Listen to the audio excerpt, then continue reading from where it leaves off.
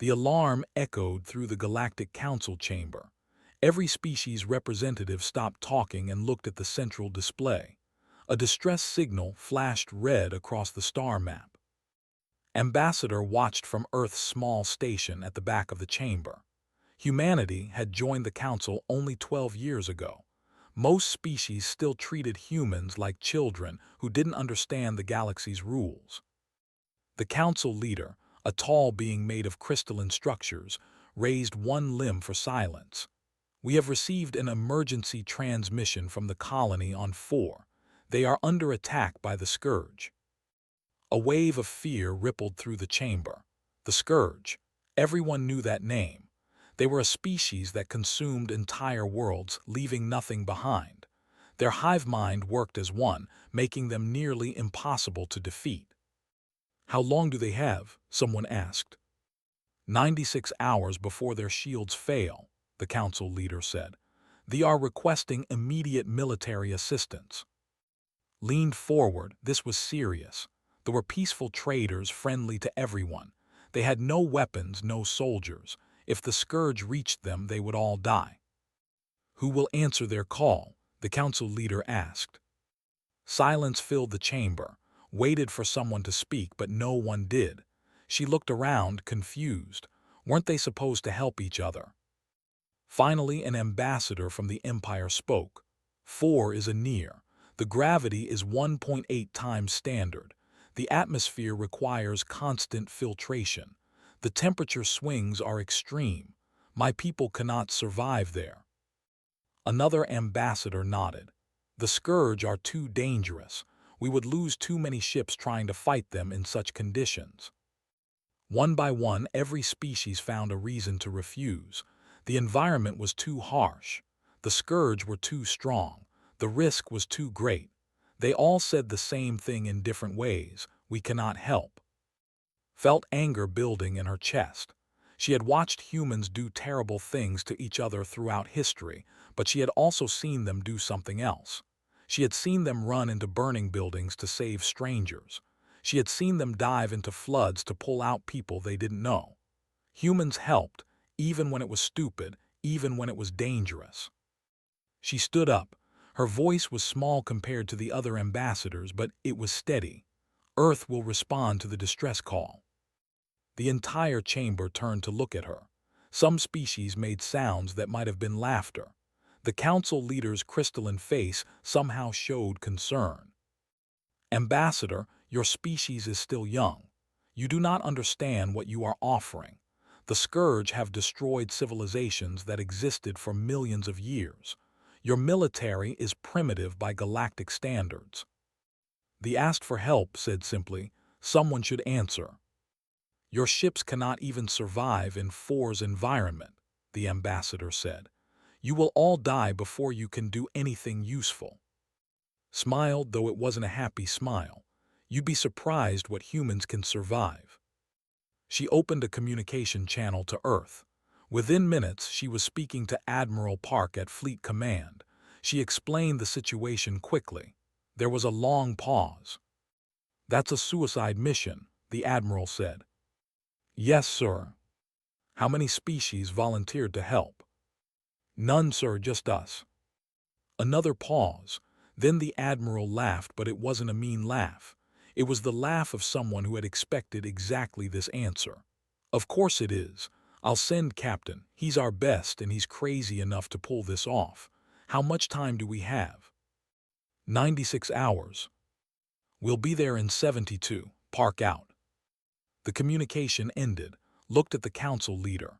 "Earth's rapid response fleet is on its way. They will arrive with time to spare." The Council leader seemed to struggle with what to say. "Ambassador, we respect your species' courage, but you must understand. Our calculations give your forces a 3% chance of success. We will observe and record, so your sacrifice is remembered." "We don't plan to be sacrificed," said. "We plan to win." 3 hours later, Captain stood on the bridge of the S Indomitable. 5 destroyers and 2 cruisers made up his fleet. Not much against the Scourge, but it was what Earth could spare without leaving home defenseless. Doctor entered the bridge, carrying a data tablet. She was the fleet's chief medical officer, but she was also there. If anyone could figure out how to kill the Scourge, it would be her. "I've been reading everything the Council database has on the Scourge," she said. "They're carbon-based like us. That means they might be vulnerable to Earth pathogens." "You want to give them a cold?" Lieutenant asked from the tactical station. He was young but had seen combat against pirates in the outer colonies. "Maybe something worse than a cold," Doctor said with a small smile. Engineer Saul walked in, wiping grease from her hands. "Captain, I've been looking at the environmental data from 4. The other species are right about one thing. It's going to be rough down there." "Can we handle it?" asked. Saul shrugged. "Sir, my grandmother lived through the Korean winter without heat. My grandfather worked in mines deeper than anyone thought possible. This planet, it's just another Tuesday for humans." Nodded. He had read the same reports that scared the other species. High gravity, toxic air, extreme temperatures, dangerous predators. The Council called it a near, but Earth was the real thing. Humans had evolved to survive conditions that killed almost everything else. "Set course for 4, ordered, maximum speed." The fleet jumped into hyperspace. Behind them, the Galactic Council watched. Some thought the humans were brave, others thought they were fools, most thought they were about to die. But Captain wasn't thinking about dying. He was thinking about the peaceful bird-like species who had always been kind to humans. He was thinking about the children in those colonies, scared and waiting for help that they thought would never come. "Why are we doing this?" Lieutenant asked quietly. "They can't pay us. They can't offer us anything useful. We might all die out there." Looked at the stars streaming past "Because they asked for help," he said. "And because if we don't stand up for others when they need us, then what's the point of being out here at all?" The crew was silent for a moment. Then Saul spoke up from the engine room over the comm. "That's the most human thing I've ever heard, Captain." "Let's hope being human is enough," said. The fleet raced through hyperspace toward a world they had never seen, to save people they had never met, facing an enemy that had destroyed entire civilizations. The odds were terrible. The risk was absolute. But they were human, and humans answered when someone cried for help. That's just what they did. 3 days in hyperspace felt like 3 years. Doctor barely slept. She spent every hour studying the Scourge, looking for weaknesses. The galaxy had fought them for centuries and never found a way to truly stop them. They just ran and hoped the Scourge would choose a different target. But humans didn't run, at least not if someone needed them. Looked at the biological data again. The Scourge had a hive mind which made them strong. They shared information instantly, but it also meant they all thought the same way. If you could confuse one, you could confuse them all. "Interesting," she muttered, making notes. The bridge alarm sounded. They were dropping out of hyperspace.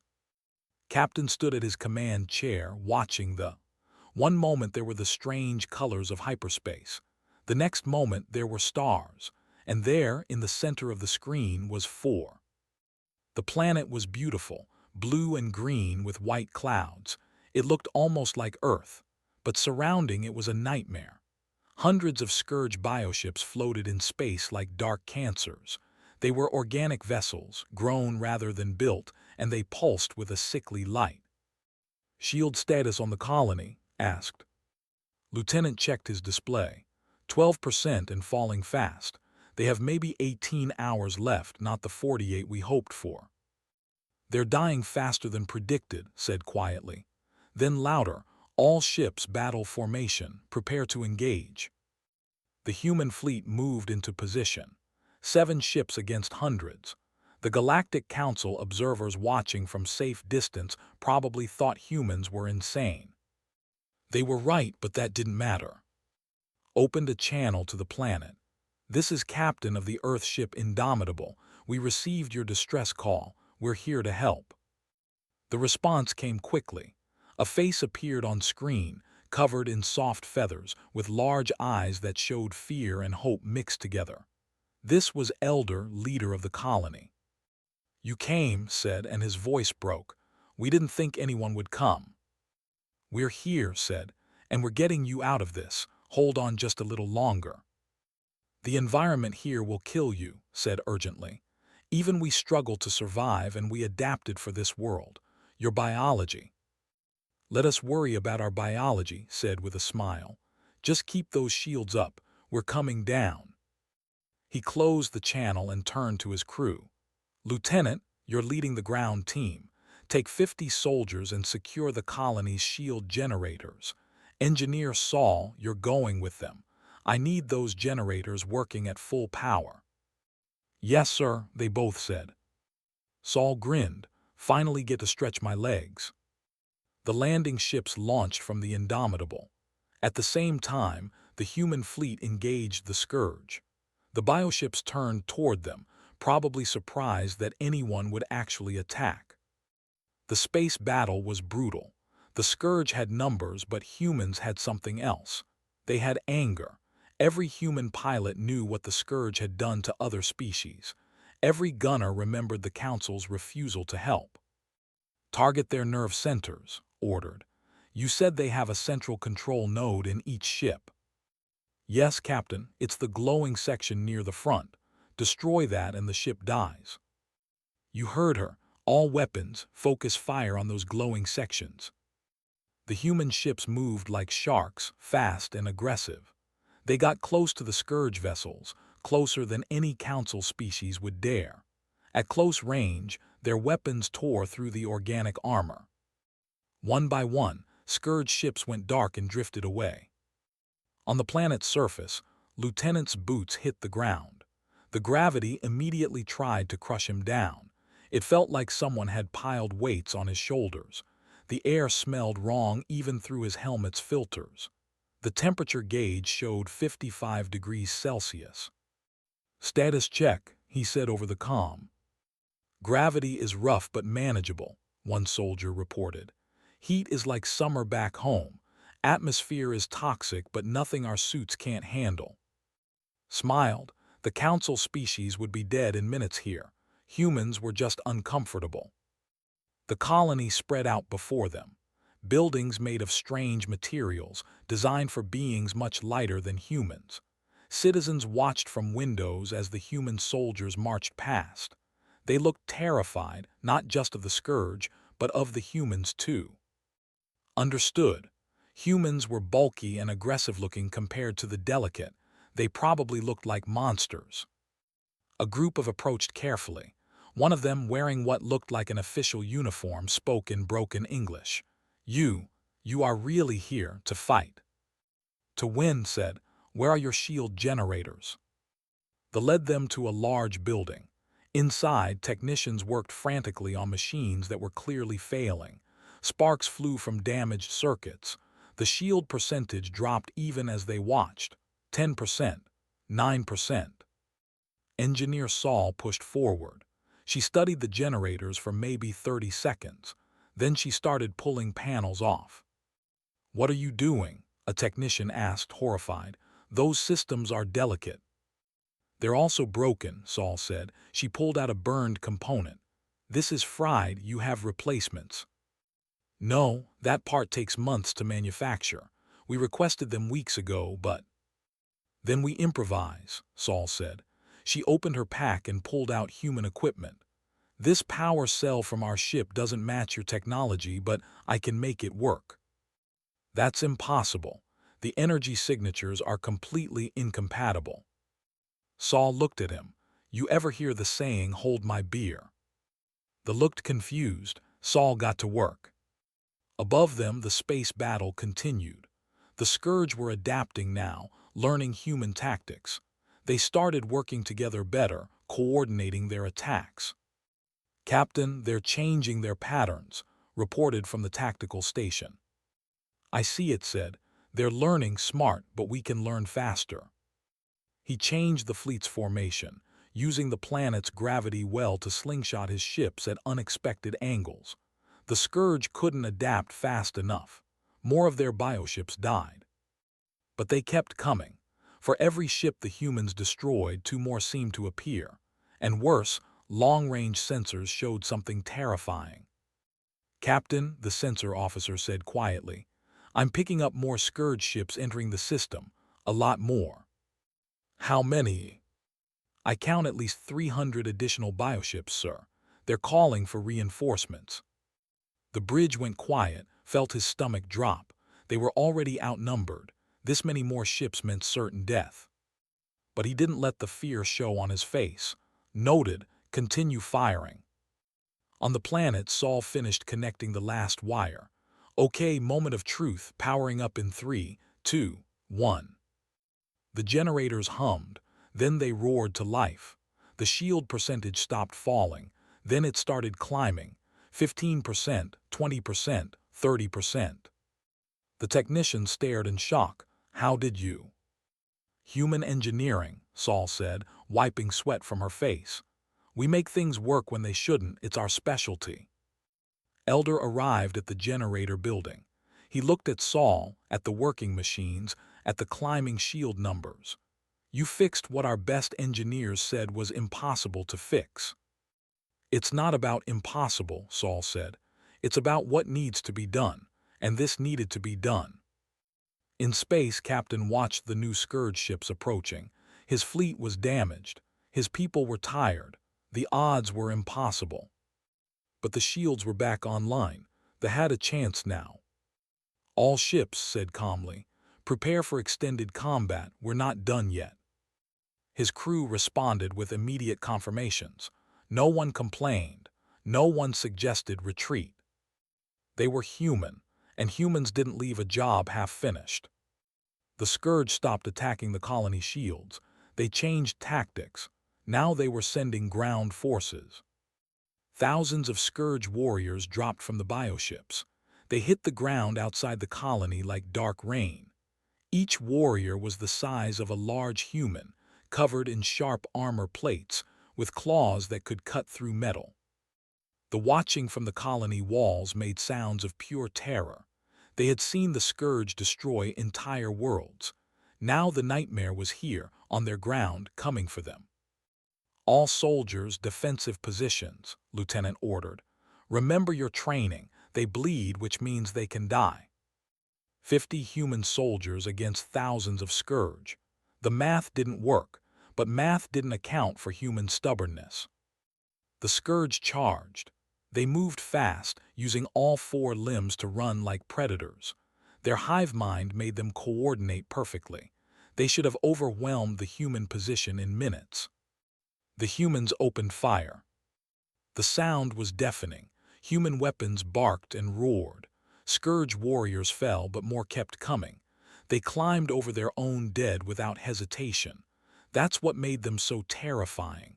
They didn't care about losses. They were one mind in many bodies. But humans didn't care about being terrified. A Scourge warrior broke through the defensive line. It headed straight for a group of civilians.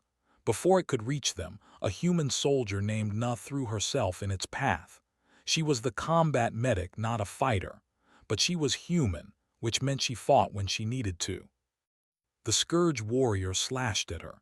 Its claws cut through her armor and into her side. The pain must have been horrible. Na screamed, but she didn't fall.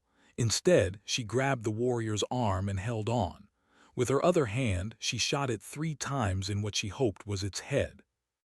It collapsed. Na fell to her knees, bleeding. "Medic," someone shouted.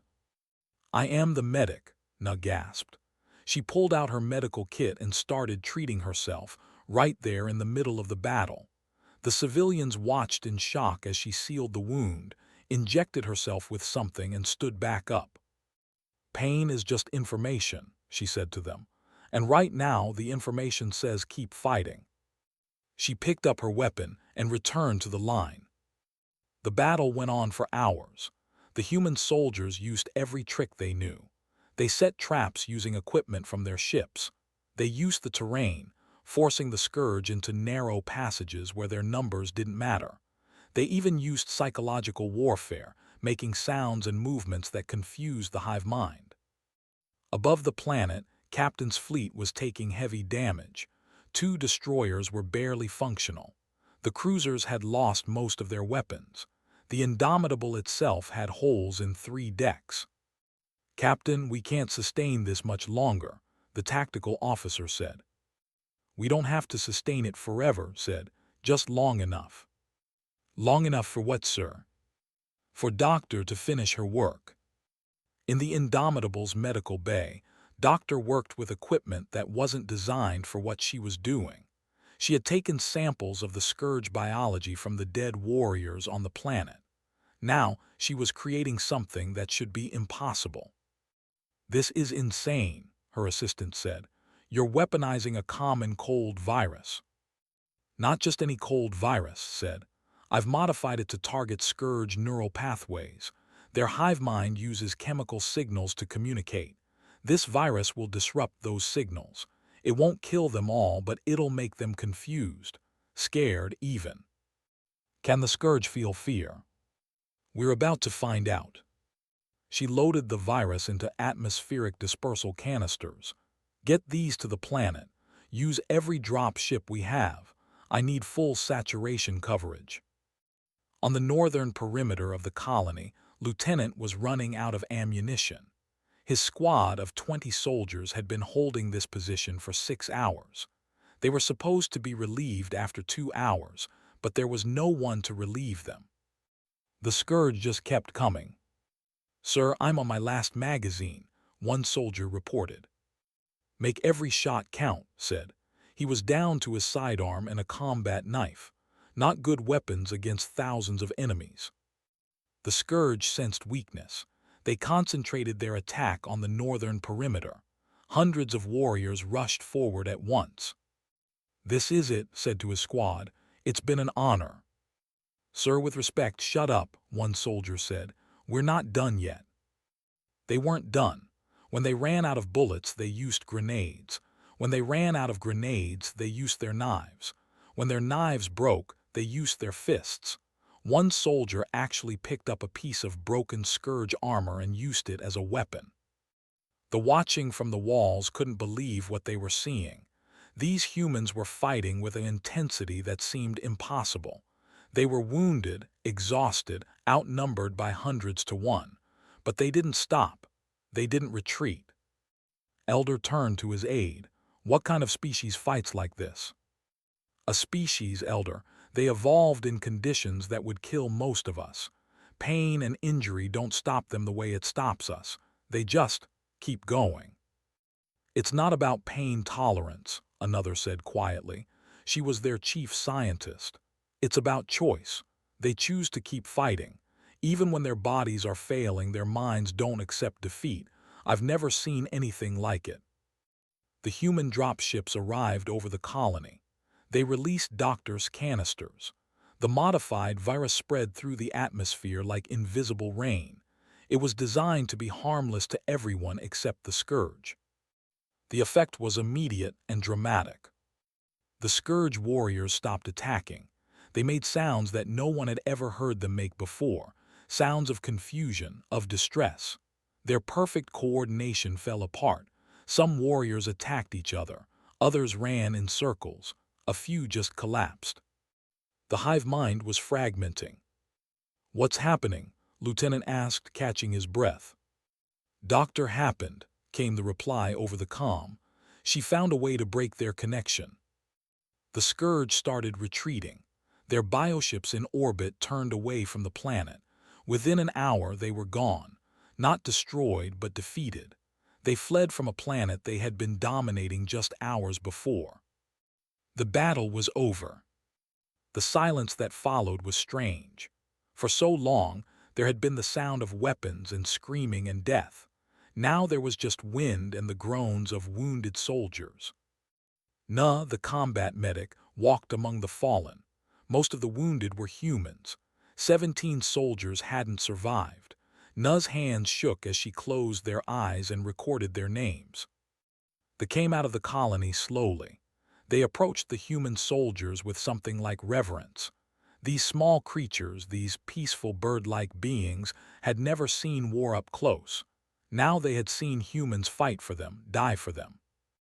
Elder found Lieutenant sitting on a piece of rubble, staring at nothing. The young officer had blood on his armor, none of it his own. His hands were steady, but his eyes looked old. "Why?" asked simply. Looked up at him. "Why what? Why did you do this? We are not your people. We offered you nothing. 17 of your soldiers died here for what?" Stood up slowly. He looked at the colony, at the families starting to emerge, at the children who were still alive because humans had held the line. "Because you asked for help," he said, "that's enough." Felt something break inside him. In his culture, such sacrifice was only done for family, for the closest kin. The idea that strangers would die for strangers was beyond his understanding. But here it was, written in human blood on soil. "We will never forget this," said. "Every child will learn the names of the 17 humans who saved us. We will tell this story for as long as our species exists." "Just remember one thing," said quietly. "We came because you needed us. Next time someone else needs help, maybe you'll be the one who answers." In orbit, Captain surveyed the damage to his fleet. It was bad, but they could make it home. More importantly, they had done what they came to do. The colony was safe. "Captain," the communications officer said, "we're receiving messages from the Galactic Council, thousands of them, and sir, they're all watching us." "Let them watch," said. "Maybe they'll learn something." The Galactic Council met in emergency session. The chamber was packed. Every species representative was present, and many had brought their military advisors. They had all watched the battle at 4. They had watched humans do the impossible. Ambassador stood at Earth Station, waiting. She knew what was coming. Some species would be grateful, others would be terrified. None of them would see humans the same way again. The council leader spoke first. "Ambassador, on behalf of the species and the council, we acknowledge what your people accomplished. Against all predictions, your forces saved the colony and drove away the scourge." There was no applause, just silence. Waited for the other part, the part she knew was coming. A representative from the Empire stood. "We must discuss what we witnessed. Human soldiers fought with a level of aggression we have never seen. They sustained injuries that would kill most species and continued fighting. They used tactics that bordered on suicidal. This raises concerns about human stability." "You mean they fought effectively?" said calmly. "We mean they fought like animals," another representative said. "No civilized species fights that way. You turned your wounded medic into a weapon. You had soldiers fighting with bare hands. This is barbaric behavior." Ambassador felt her anger rising, but she kept her voice level. "Barbaric? We saved lives. We answered a distress call that everyone else ignored. And now you want to criticize how we did it." "We're concerned about what humans are capable of," the representative said. "Your species comes from your biology is built for violence. Today you use that violence to help others. But what happens when you decide to use it for yourselves? Are you seriously suggesting we should have let them die so you'd feel safer?" asked. "No, but..." "Because that's what it sounds like. You're angry that we succeeded where you were too afraid to try." The council leader raised a limb for silence. "Ambassador, no one is ungrateful for what your species did. But you must understand our position. We have maintained peace in this galaxy for thousands of years. That peace is based on restraint and careful consideration. What we saw at 4 was not restraint." "You saw survival," said. "You saw what it takes to actually protect people, not just talk about it." An older representative from a species that looked like floating jellyfish spoke up. "Ambassador, I think what my colleagues are trying to say is that humans are different from us, perhaps too different. Your planet has shaped you into something we don't fully understand." Took a breath. This was the moment she had been preparing for. "You're right, we are different. We come from a world that tried to kill us every single day. Predators, diseases, whether other humans, everything on Earth wanted us dead. but we survived anyway, not because we're cruel or violent, but because we refuse to give up. She pulled up footage from 4 on the central display. It showed combat medic not treating herself in the middle of battle, then helping wounded civilians. This is violence to you. She was injured protecting people she'd never met. She kept fighting not because she wanted to hurt the Scourge, but because she wanted to save the... More footage appeared. Lieutenant and his squad, surrounded by enemies, choosing to stand their ground rather than retreat. These soldiers held a position for 6 hours against impossible odds. They did it so families could evacuate. Tell me how that's barbaric. The chamber was quiet now, watching the images. We fight hard because the things we protect matter, continued. We take risks because some things are worth risking everything for. You call that primitive. We call it being alive. The council leader was silent for a long moment. What you're describing, Ambassador, is exactly what concerns us. Your species has no sense of acceptable losses. You don't calculate risk the way we do. That makes you unpredictable. Good, said. Maybe the galaxy needs some unpredictability. Maybe it's time someone stood up to species like the Scourge instead of just running away. A younger representative from a species Earth hadn't dealt with much before stood up. I agree with Ambassador. We have lived in fear of the Scourge for generations. Humans showed us they can be beaten. That changes everything. It changes nothing, the representative argued. One battle doesn't. It changes everything, the younger representative repeated firmly. Because now we know it's possible. Humans prove that traits aren't just dangerous. They can protect life instead of destroying it. The debate went on for hours. Some species argued that humans should be given more authority in the council. Others wanted humans quarantined, treated as too dangerous to interact with freely. The council was splitting into factions. Meanwhile, Doctor was being interviewed by the council's science division. They wanted to know everything about the bioweapon she had created. You took a common human virus and modified it in 3 days, one scientist asked, clearly skeptical. That should be impossible with your level of technology. We've had a lot of practice with viruses, said with a tired smile. We've been fighting diseases for our entire existence. You learn tricks. This is deeply concerning, another scientist said. If humans can weaponize their own biology this quickly, what else can they do? We can also heal, said sharply. I saved dozens with human medical techniques. Why aren't you asking about that? Because healing doesn't frighten us, the scientist admitted. But the fact that you can create bioweapons from common materials in just a few days, that's terrifying, Doctor. Then be terrified, said. But remember that we used that ability to save lives, not take them. We could have made something that killed the Scourge. Instead, we made something that confused them. We gave them a chance to run away. That's not the action of a monster. Back on Earth, the news was spreading. Humanity had saved an alien species from destruction. People were proud, but they were also nervous. The footage from 4 was being analyzed everywhere. The galaxy now knew exactly what humans could do in combat. Captain's fleet limped back toward Earth, needing repairs. But before they could reach home, every ship in the fleet picked up a new signal. It was a Scourge transmission, but different from their usual hive mind communications. This one was directed, targeted, specifically at Earth.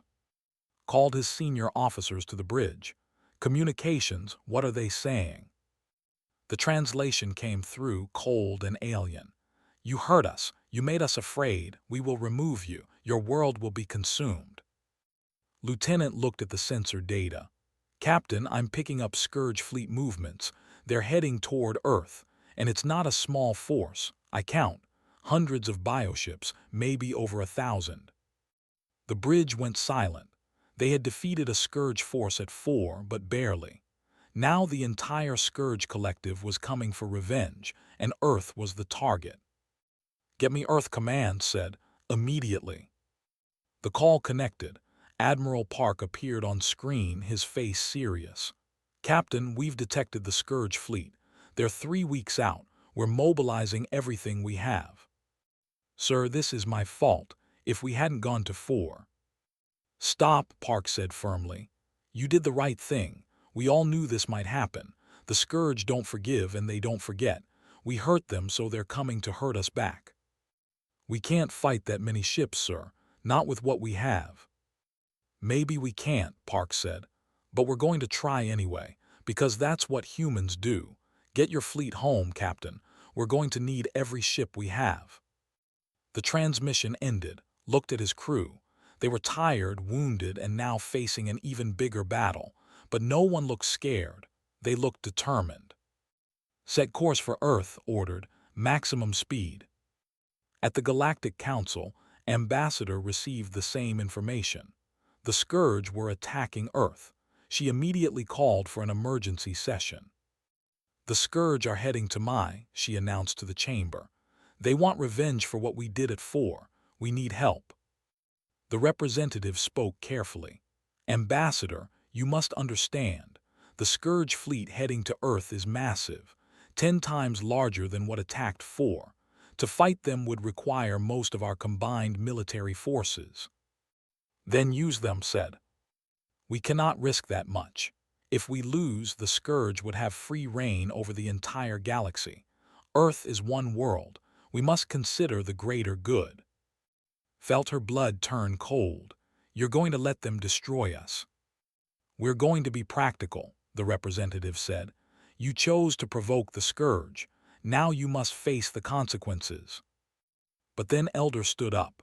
The representative walked to the center of the chamber. His species had no military. They had no weapons, but his voice was clear and strong. "Earth saved my people when no one else would. They lost soldiers protecting civilians they had never met. Now they face destruction because they were brave enough to help. If the Council abandons them, then this Council stands for nothing." Another representative stood, then another. Species that had watched humans fight at 4 were starting to make a choice. "We cannot send military forces," one said, "but we can send medical ships." "We can send supply vessels," another added. "We can share intelligence on the Scourge," a third offered. It wasn't an army, but it was something. It was a start. Ambassador felt tears in her eyes, but she refused to let them fall. "Thank you, all of you." She opened a channel to Earth. "This is Ambassador. They're coming home, and they're not coming alone." Earth had 3 weeks to prepare for the end of the world. Maybe. Every nation stopped what they were doing. Old conflicts were forgotten. Political arguments were put aside. Everyone understood that this was bigger than borders or pride. The Scourge were coming, and they wanted humanity extinct. People evacuated to underground cities. These were bunkers built during the nuclear age, when humans thought they might destroy themselves. Now those same shelters would protect against an alien threat. The irony wasn't lost on anyone. Captain's fleet arrived home damaged but intact. The moment they docked at Earth's orbital stations, crews swarmed over the ships making repairs. They had 2 weeks left. In the war room beneath Geneva, Admiral Park gathered all of Earth's military commanders. The room was packed with generals, admirals, and tactical officers from every nation. On the main screen was a display of the solar system. At the edge of the display, a red mass showed the approaching Scourge fleet. 1,200 bioships, Park said quietly. "That's 10 times what we faced at 4, and there we barely won." "We have advantages they don't know about," Doctor said. She was there as the scientific advisor, the woman who had already beaten the Scourge once. "They think Earth is like 4. They think it's just another world they can conquer." "What do you mean?" a general asked. "Earth is an actual," explained. 4 was dangerous, but it was stable. Earth is chaos. Weather patterns that change by the hour. Microorganisms everywhere. Predators at every level. The Scourge have never fought on a planet like this. It's going to confuse their hive mind." That might slow them down, Park said, but it won't stop them. We need more than confusion. Captain stepped forward. Then we give them the same thing we gave them at 4. We give them fear. The doors opened. Elder walked in, followed by representatives from a dozen other species. None of them were warriors. They brought medical supplies. Another species brought food and water. A third brought intelligence on scourge tactics. It wasn't an army, but it was help. You came, Park said, surprised. We couldn't send soldiers, said, but we could send this, and ourselves. If humanity falls, we want to fall beside you. You taught us that civilization means standing together. Over the next 2 weeks, Earth prepared. Orbital defense platforms were armed with every weapon humanity had invented. Fighter squadrons trained in tactics that would have been considered impossible before 4. Ground forces prepared for the worst, just in case the scourge made it through the orbital defenses. Engineer Saul worked 20-hour days, installing shield technology based on what she had learned at 4. The alien representatives helped, sharing their knowledge freely. For the first time in galactic history, humans and other species were working together as equals. Will it be enough? One engineer asked Saul. She looked at the massive planetary shield generator they had built. I don't know, but it's the best we can do. That'll have to be enough. The scourge arrived exactly when predicted. They dropped out of hyperspace at the edge of the solar system. 1,200 bioships, all pulsing with that sick light, all moving as one mind toward Earth. All stations, this is Admiral Park. Today we defend our home, not for glory, not for revenge. We fight because we're human, and humans protect what matters. Show them what it can do. The human fleet moved to intercept. 200 ships against 1,200. The odds were terrible, but humans had faced terrible odds before. Captain commanded the Indomitable from the front. Lieutenant Jin, who had survived 4, led the fighter squadrons. Every pilot knew they probably wouldn't survive. They launched anyway. The space battle was unlike anything the galaxy had ever seen. Humans fought with a desperation born from protecting their home. They rammed bioships when they ran out of missiles.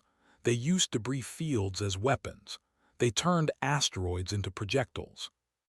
The scourge had numbers, but humans had something the scourge couldn't understand: the absolute refusal to surrender their world. Hull breach on decks 6 through 9. Someone reported on the Indomitable. Seal them and keep firing, ordered. The fighter squadrons were taking heavy losses. Lieutenant Jin's wing was down to half strength, but they kept attacking, flying patterns that should have been suicide but somehow worked. Sir, I have an idea, Jin said over the comm. It's crazy, but everything we do is crazy. Tell me, said.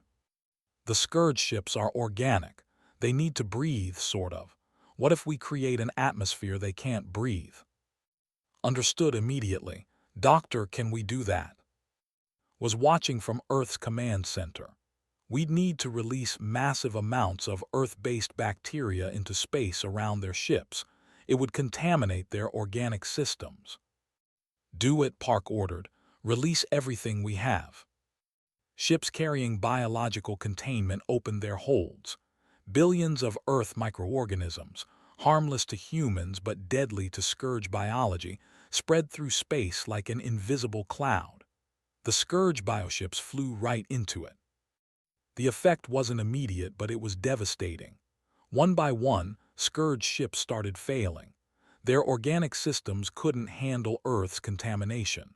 The hive mind, which had seemed so strong, began to fragment as ships lost connection. But they kept coming. Hundreds of bioships made it past the orbital defenses. They entered Earth's atmosphere, heading for the populated areas. That's when they discovered what a real was like. The scourge warriors landed in a rainforest. Within hours, they were infected with dozens of diseases they had no immunity to.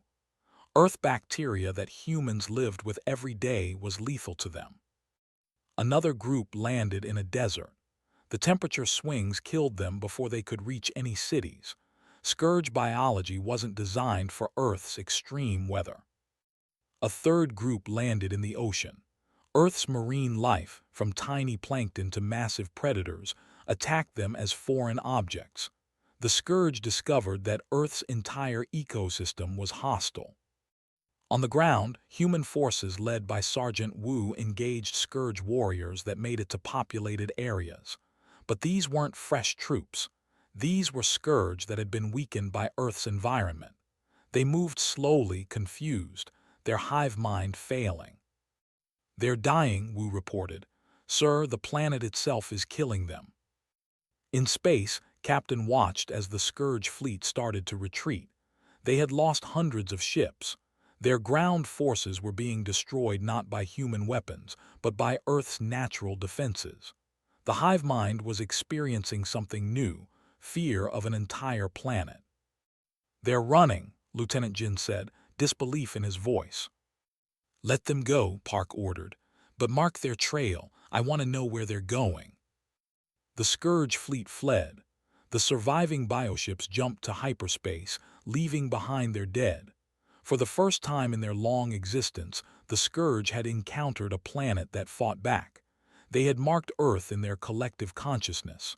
Forbidden world. The battle was over. Earth had survived. The cost was high. 30 human ships were destroyed. Thousands of soldiers died, but Earth remained. Humanity remained. In the weeks after, the Galactic Council held another emergency session. This time, no one questioned humanity's place among the stars. The footage of Earth's defense had spread across the galaxy.